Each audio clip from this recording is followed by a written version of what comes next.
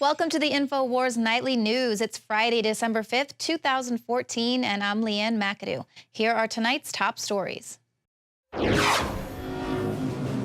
Tonight, Eric Gardner's daughter says her father's death is about much more than race.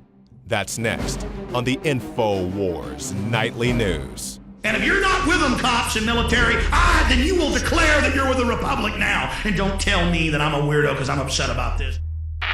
This is not a black and white issue. This is a national crisis. Nothing. A lot of people will be surprised because this is being made out to be a racial issue. And you're saying you don't think it's about race.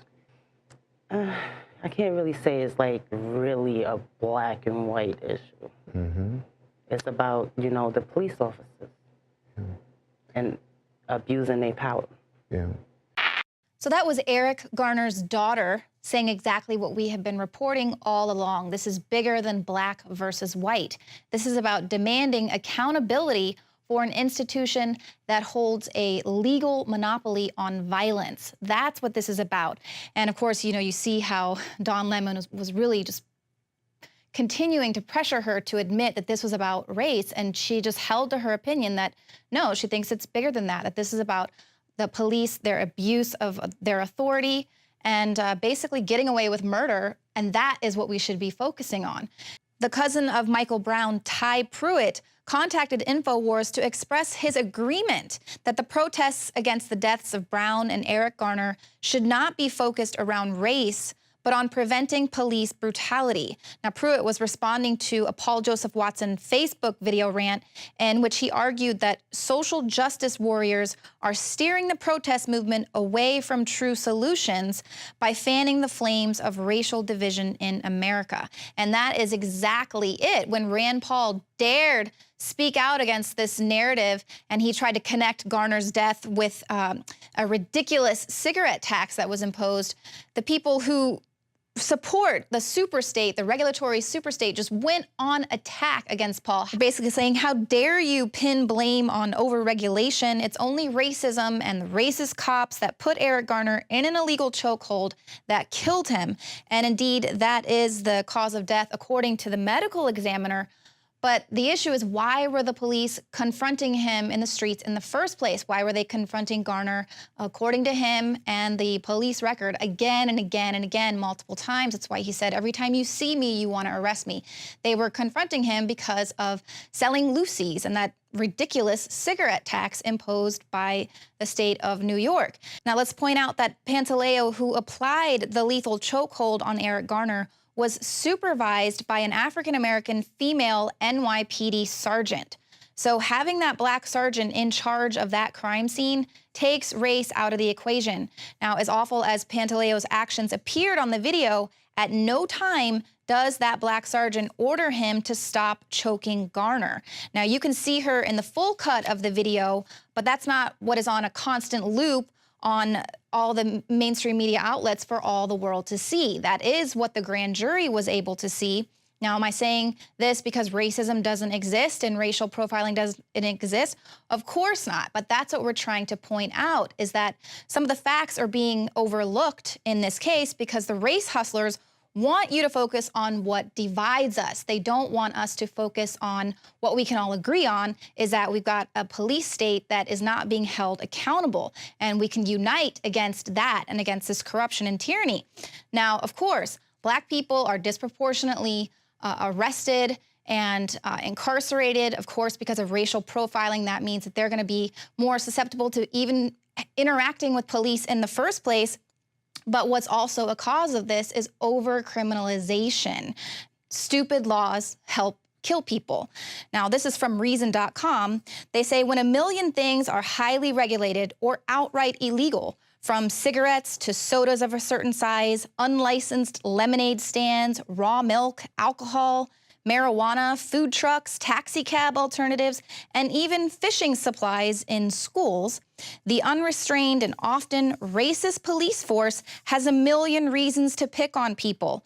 Punitive cigarette taxes, which disproportionately fall on the backs of the poorest of the poor, contribute to police brutality in the exact same way that the war on drugs does. If you want all of these things to be illegal, then you must want the police to force people not to have them. And Garner's daughter is right on the money with this by saying that this is a national crisis. It's a critical issue that's facing the nation.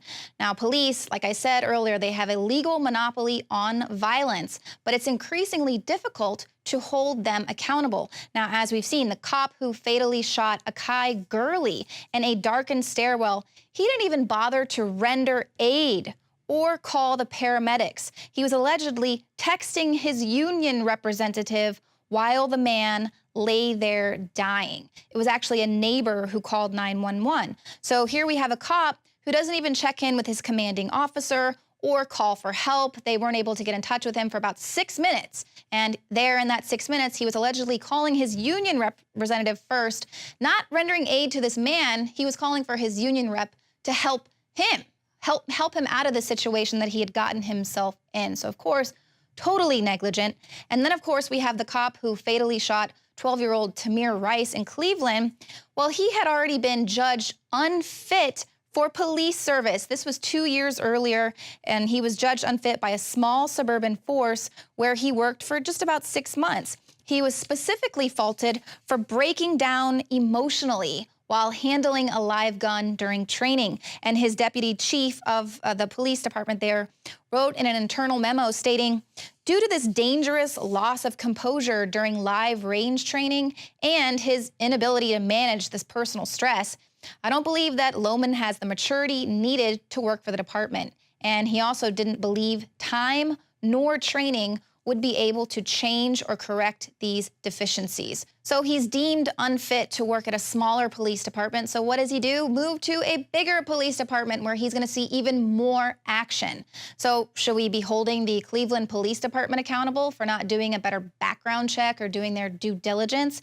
And not only is it nearly impossible to charge a cop with a crime, but because of this lack of due diligence in the hiring process and unions, it's almost impossible to bar a bad cop from getting a job at all. Police are given a license to kill, so they should be held to the highest standards, period. Period and point blank. And where we are going to be able to affect real change is by uniting against this corrupt police force that can't be held accountable, by this corrupt establishment that can't be held accountable, seemingly can't be held accountable. If we could all just focus our collaborative energies on trying to take this down, that's where we will affect real change with power in numbers. And that's exactly why the establishment wants you to focus on race. The government's always trying to demonize the people, the patriots, the liberty movement. They try to demonize good cops that act like human beings. They try to demonize people that try to bring folks together. Yeah, the toothless white trash and their federal Gestapo controllers are not welcome here in Central Texas where the real patriots reside. It's like, oh, shut up, crackerhead. You know you're racist. And it's just like, what? It's a eugenics operation. They're chemically murdering us, biologically murdering us. We're under a social grid to dumb us down. We're all in this together, and the globalists are taking a case that might be wrong, might be right, reasonable doubt, and making it, projecting it onto all of us. Like every white person's George Zimmerman, and every black person's Trayvon Martin. You know, if I had a son, he'd look like Trayvon. And now they're saying, gun owners, it's your fault Trayvon died. Man, don't you put that guilt on me. Don't you say I did that. I didn't kill those kids at Sandy Hook. I didn't go out there and shoot Trayvon Martin. How dare you get on my site and say you're going to kill me? You think I'm scared of that? I'm scared of the type of animal manipulation against different groups of human beings by the globalists to have us at each other's throats. There's a level of disrespect for the office that occurs. And that occurs in some cases and maybe even many cases because he's African American. There's no question about that. And it's the kind of thing that nobody ever says, but everybody's thinking it. I remember sitting in a meeting and being told that I need to own my whiteness and I need to own the fact that I have white privilege. and almost feel the embarrassment from it and the shame from it. Only then can I start breaking, down the walls and be able to teach my students of color and to reach out to them, which of course is absolutely absurd. He probably can't win because he's black. That's right. That's right. That's the psychology that's going on in our heads. But not until and unless the number of white kids died that approximate the numbers of black and other kids who die will America see it's beyond logic, it's about rationality, it's about let's get something done. It also is about the fear of not having enough guns if the brown people or the black people rise up and come and get them. Do you think that America is a more or less racist country since Barack Obama became president? Wow, that's a powerful question. I think that people are angry that he's president, and I think that they're showing their true colors. And I think able to dig up some emails that make part of the Affordable Care Act that doesn't look good, especially from people who've made up their mind that they don't want it to work because they don't like the president. Maybe he's of the wrong color, something of that sort. I've seen a lot of that, and I know a lot of that to be true. We're not just dealing with a problem in 2014. We're not dealing with years of racism leading up to it or decades of racism. We are dealing with centuries of racism that have brought us to this day. That is how profound the crisis is. And your thoughts on Mayor de Blasio suggesting that what we're dealing with here, what we're seeing in Ferguson and Staten Island, is the result of centuries of racism? Irresponsible rhetoric. There's no doubt about it. Mayor de Blasio is placating to a segment of people in New York, and I find it shameful. I'm still waiting for some effective leadership, starting with reasonable messaging to kind of get so that we can get our arms around this thing and start moving in the direction that we need to move in. For all of recorded history, civilizations around the world praised the health benefits of silver. At INFOWARS Life, our mission is to bring you the highest quality, purest, cleanest, effective colloidal silver on the market today for the lowest price available. You don't have to be a doctor to know. The fall and winter months are the most dangerous time of year in North America when it comes to you and your family's health. InfoWarsLife.com is very excited to announce our biggest run yet of Silver Bullet colloidal silver, exclusively available at InfoWarsLife.com. Now, InfoWarsLife.com has taken colloidal silver to the next level using a cutting-edge technique that is free of toxic artificial additives. Now more than ever, it's important to stock up on high-quality Silver Bullet from InfoWarsLife.com and to help others during Christmas by teaching them about the powerful benefits of silver. Secure your Silver Bullet today at InfoWarsLife.com or by calling toll-free 888-253-3139. The average person's life is filled with unexpected challenges.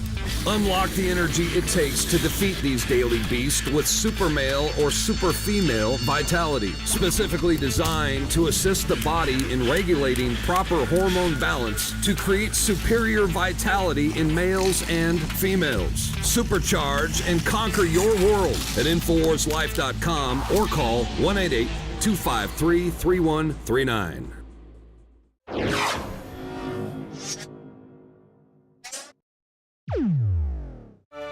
I'm Joe Biggs with InfoWars.com here at the Metro Shooting Supplies in Bridgeton, Missouri with Stephen King. Now, in light of the verdict, it's supposed to be any day now. We've gotten information that gun sales in the area have gone up. Has that been true here? Yeah, about 300%. And as long as they're doing peaceful protesting, that's fine. That's what demonstrations are all about. But when they start breaking the law, I think that the police are going to have to come in and quash it pretty quickly. A lot of gun sales going on in the area. I heard that some of the local gun stores said they had increases of firearm purchases about 300%. Do you see a lot of that in the community? A lot of people now armed? I mean, yeah, everybody armed out here because they scared, and I don't blame them for doing it, you know, because if I had a business or my house, I won't want nobody taking, taking my stuff. You know. Now, we've been here since last Friday. It's Wednesday now, and tonight we've gotten the first word that there was a protest going on. We are on South Florissant Avenue. To my right is the Ferguson Fire Department, and to my left is the police department. Now, if you look over here, just a little bit ago, there was maybe, I'd say about 100 people starting to show up and leave and come and go throughout the thing. But there are about 65 police officers over here, as you can see. They've got